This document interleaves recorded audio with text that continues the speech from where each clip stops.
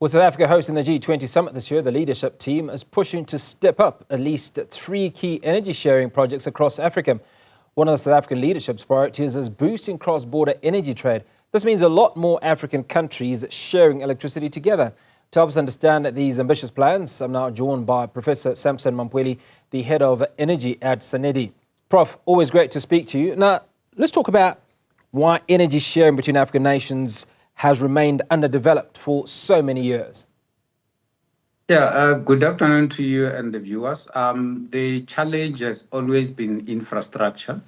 The various countries have got various power pools, East Africa, North Africa, Southern Africa. And if you look at if you go up north, a country like Egypt is the one that has got advanced infrastructure, and then down on the southern part of things, it's South Africa that has got advanced infrastructure. So South Africa is leading in terms of the infrastructure that is very much advanced, and it's a major player in the Southern African power pool as well. So the biggest challenge has always been the infrastructure.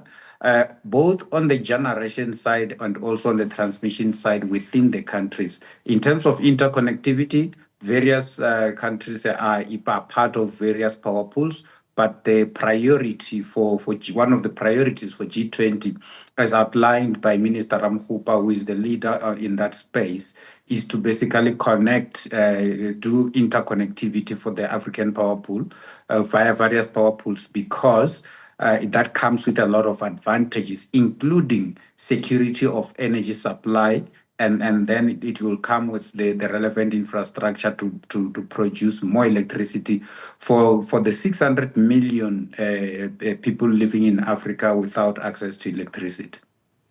So South Africa does or has imported in the past electricity from Mozambique, Namibia and Lesotho, where there's less technology or less advancement, if you will.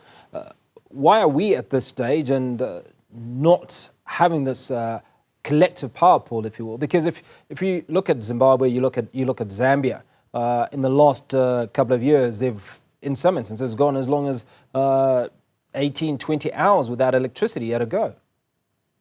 Yeah, that's correct. So South Africa currently imports about 2 gigawatts from Mozambique, and we also participate in the Southern African power pool. We export a lot of electricity to Namibia, for instance, under some country-to-country agreements. And then we've got the Southern African power pool that is kind of a central purchasing power pool for electricity from various countries. So the challenge is that the other countries within the SADC region, your Zimbabwe, your Namibia, Mozambique, and Lesotho and other countries, they don't have enough generation capacity. So in the main, they end up taking more from South Africa's side of things, which makes South Africa a major player in that particular power pool. It's the same with the East African power pool, the West African power pool.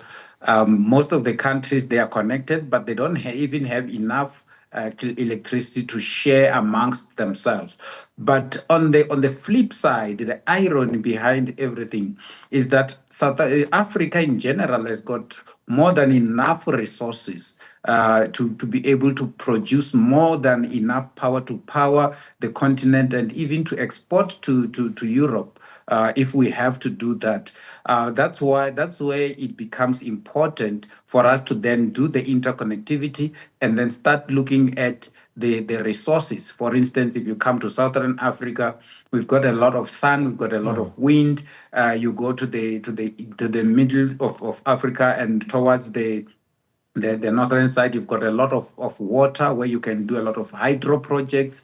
We have the Inga project, the Great Inga project, for instance, in the DRC, where you can then get hydroelectricity produced there and then being sent all over the African continent. So every single African country has got an advantage of mainly renewable energy resources. And even when it comes to the fossil fuels, I mean, you look at South Africa, the coal reserves that we have. You look at Nigeria, the oil and the gas reserves that we have in the Western Africa side of things. So we have enough resources. That's why Minister Ramkhupa started calling for this interconnectivity and then taking advantage of the resources that we have, mainly the renewable energy resources that can power the entire African continent. Professor, always good to speak to you. Appreciate your time, Professor Sam Mamphweli.